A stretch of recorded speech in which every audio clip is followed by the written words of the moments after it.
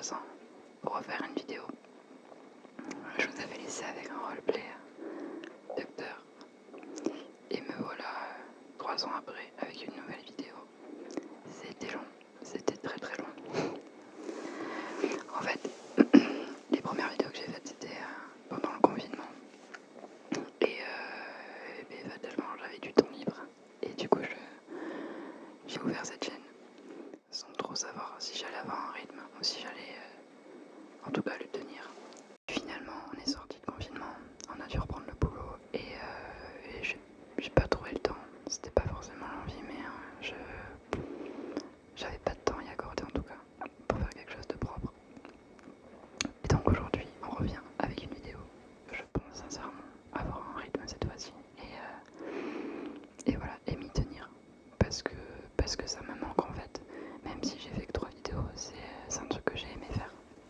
Ce sera une vidéo où je vais vous présenter les jeux vidéo qui m'ont marqué, en tout cas les jeux auxquels j'ai adoré jouer et du coup qui m'ont un petit peu initié à ce monde là.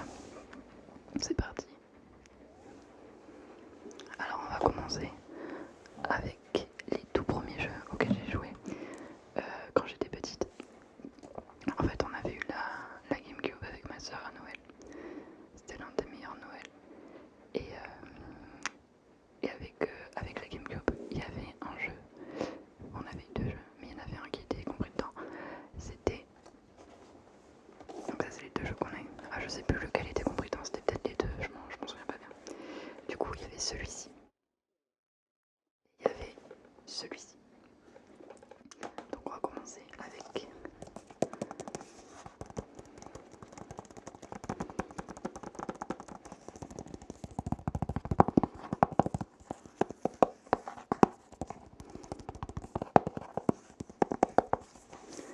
Taille, le tigre de Tasmanie.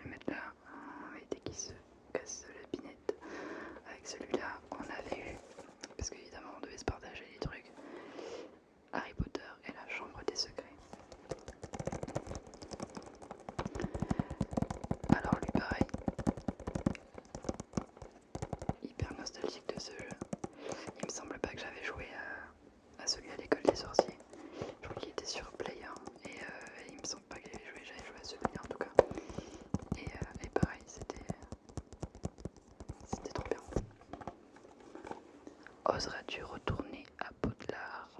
Devient Harry Potter et élucide le mystère qui plane autour de la chambre des secrets.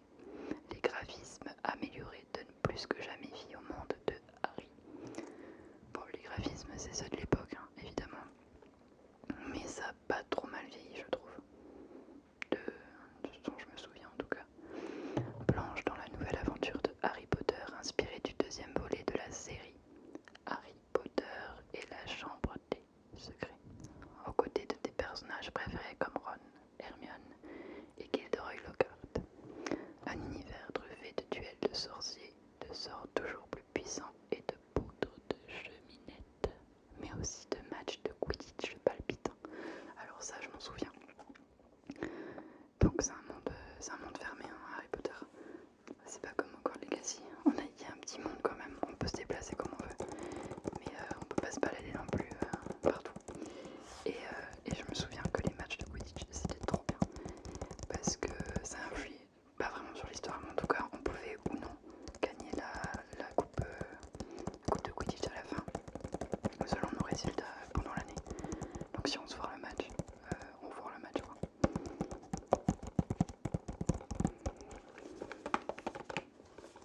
Saute sur ton Nimbus 2000 et explore le monde magique de Poudlard et son parc depuis les airs. Ça aussi, trop bien, parce que au-delà des missions générales de l'histoire, on peut aussi se balader un petit peu, débloquer des trucs, trouver des cartes, tout ça, et on peut se balader au-dessus du lac et tout ça avec le Nimbus 2000. Donc ça c'est pas mal. Après ça c'est fermé, hein. Au bout d'un moment on se prend un mur invisible qu'on peut longer comme ça. Mais c'est vraiment un bon souvenir. On va passer à des jeux de grands. En tout cas, enfin pas vraiment de grands parce que j'y jouais, j'étais en primaire, hein, mais voilà, c'est des jeux un peu plus pour les grands. Alors j'ai joué en primaire, mais c'était interdit aux moins de 12 ans. Mais on apprécie quand même. Alors c'était James Bond 007 Nightfire. Alors celui-là je l'ai saigné comme jamais parce que tout simplement il est trop bien. Et parce que voilà, c'était un petit peu un jeu où là on a des armes, où là il y a des missions, où là ça fait un petit peu peur. Ça fait pas du tout peur. Mais quand on est petit et que voilà, on sait pas trop faire passer de taille le tigre de Tasmanie à James Bond, il y a un petit truc qui se fait quand même.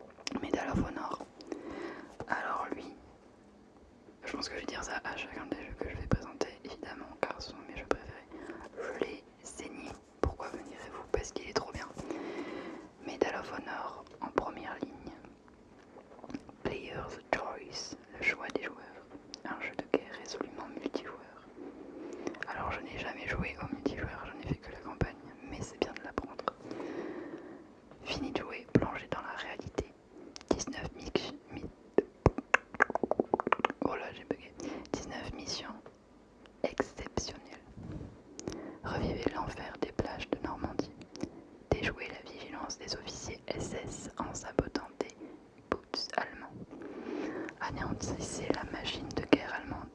Repoussez l'armée nazie, faites équipe avec les alliés les plus courageux. Montrez-vous digne de l'OSS, infiltrez les lignes ennemies. 18 armes authentiques de la Seconde Guerre mondiale. Un jeu de guerre résolument multijoueur. Ouais, mais alors ça, mais vraiment pas quoi, enfin en tout cas pas pour moi. Engagez le combat sur 8 champs de bataille au nombre dangers. Un choix parmi 20 soldats des forces d'Ali ou de l'Axe. Jouer jusqu'à 4 joueurs sur un écran partagé. Et bien moi j'ai joué sur un écran partagé à moi-même car je n'ai point fait ce multijoueur, mais il a l'air très sympa. En tout cas, Medal of Honor, trop bien. En fait, les jeux de guerre j'ai commencé avec Medal of Honor. Et ensuite j'avais essayé, enfin j'ai essayé, j'y suis toujours, hein, mais les Call of et à l'époque je faisais que les campagnes. Donc les Call of étaient extrêmement courts.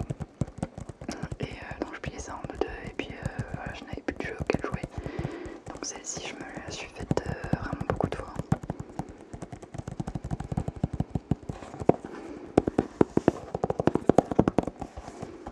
Alors là on repart sur un autre type de jeu. C'est une adaptation, attention les yeux, paf, Spider-Man 2. Alors lui, attention roulement de tambour, je l'ai saigné. Je l'ai saigné parce qu'il est vraiment très bien. Donc il est adapté clairement du film, donc vous retrouvez les moments forts du film. Et c'est trop bien, donc on affronte le Docteur Octopus. On fricote avec Mary Jane. Et on livre des pizzas.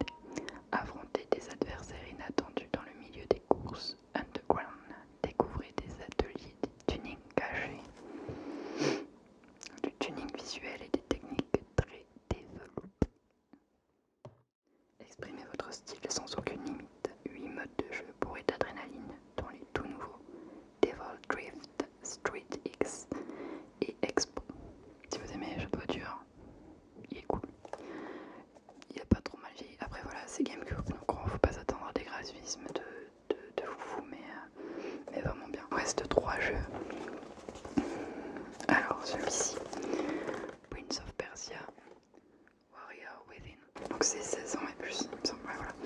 Et lui je l'ai acheté et je savais pas du tout ce que c'était. Je connaissais pas Prince of Persia, j'avais pas du tout joué à ceux d'avant. Parce que c'est pas du tout le premier lui, je sais plus combien c'est. 2, 3, je sais plus. Bref.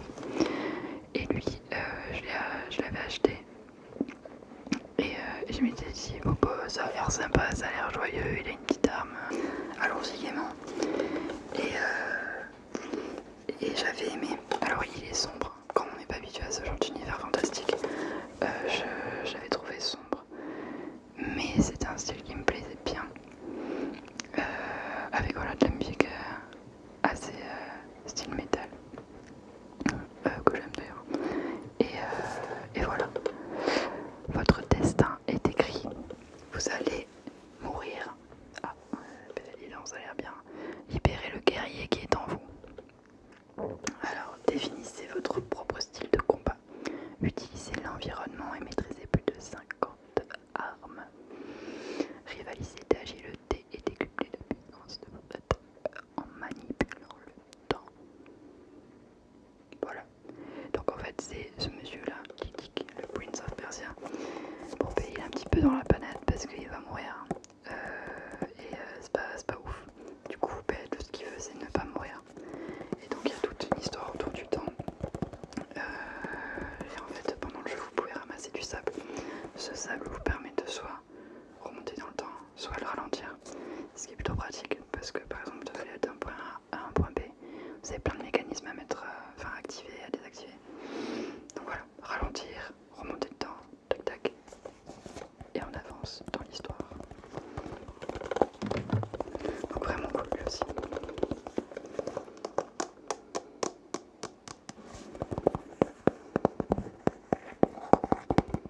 Hop, allez avant-dernier jeu, et non des moindres, attention, paf, les indestructibles. Alors les indestructibles, c'est pas le jeu de l'année, hein, mais moi j'en ai des bons souvenirs. Parce que déjà, c'est un super Pixar, donc voilà. Et parce que il est cool en vrai. Voilà, GameCube. GameCube c'est un peu ça aussi, c'est des adaptations de... Je trouve. Après non, il y a de tout, mais je trouve que GameCube ça a été beaucoup des jeux pour un jeune public. Et ce qui est super, peu importe, c'est ce que j'aime. Et voilà, enfin de toute façon Nintendo généralement, il y a un monde un petit peu enfantin qu'on aime et qu'on adore quand on est adulte. Et donc voilà, et donc les indestructibles, trop cool, vraiment adapté comme dans le film, donc les scènes du film, les moments clés.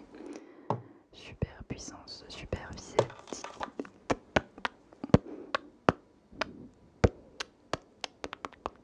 Voilà, je ne sais plus parler.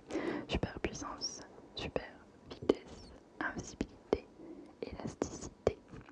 Voilà des pouvoirs, bombes, balles, robots, laser, ton ennemi contrôle tout ça. Pour survivre à cet enfer, une seule solution, être indestructible. Super puissance avec le daron, super vitesse avec flèche, super invisibilité avec Violette. Je crois qu'elle s'appelle Violette. Super élasticité avec la Momo. Et voilà, donc trop cool. Franchement, on peut y jouer qu'on soit petit ou grand. C'est efficace. Ça va finir avec l'un des meilleurs jeux auxquels j'ai joué, qui m'a juste... c'est une pépite. The Last of Us. Pas original parce que beaucoup de monde l'adore, mais The Last of Us, c'est une claque que je me suis prise. Je sais plus comment j'étais tombée dessus. Je crois que j'étais sur un forum et je cherchais un équivalent à un jeu auquel j'avais joué. Et dans la liste, un gars avait sorti ce nom-là. Je l'avais trouvé, je l'avais acheté. Et juste magnifique. J'en suis tombée réellement amoureuse. Tout est beau. Les personnages sont trop beaux. Ils sont trop bien construits. Le rythme est là. Trop beau. Les seuls trucs qui m'avaient un petit peu... J'étais là, ça va être long. C'était le début. Donc bon, le début, il y a une scène marquante. Et ensuite, on est dans la ville en quarantaine. Ce passage, je l'ai trouvé un peu long, mais il est nécessaire parce que ça pose en fait le décor, ça pose l'histoire, ça nous explique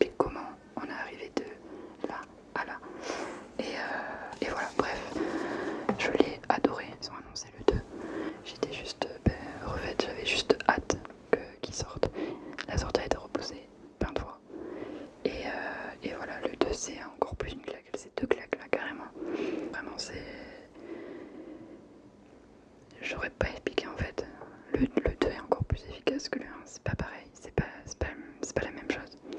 En fait le 2, il y en a plein qui l'ont critiqué. Pour voilà, des choix d'histoire ou des... Enfin, il a été critiqué, je comprends même pas pourquoi, c'est juste des... Bref. Et il est trop bien. Il est juste trop bien parce qu'il vous fait vivre une expérience. C'est vraiment ça en fait, c'est une expérience. C'est... et je trouve ça fou en fait pour un jeu. Il y en a plein d'autres. Hein. The Last of Us c'est pas le seul, jeu à avoir fait ça aux gens, mais vraiment à la fin, en tout cas le premier quand j'ai joué, j'ai mis du temps à jouer à d'autres jeux parce que j'étais trop accroché à cette histoire. J'étais mais comment je peux jouer à autre chose, ça c'est vraiment trop bien. Le 2 ça a été la même chose, le 2, deuxième partie dans le 2. Quand on joue, déjà c'est un peu nouveau aussi, on joue le camp adverse, mais c'est magnifique, genre on est là mais on n'a pas envie de faire ça, on n'a pas envie de jouer à ce jeu. Et on comprend petit à petit, on n'excuse pas, mais on comprend. Ben, juste envie de poser ma main et de dire non, je ne veux pas faire ça. Et non, je ne sais pas, non. Bref, je vais pas spoiler, même si je pense que les gens savent la fin, mais la série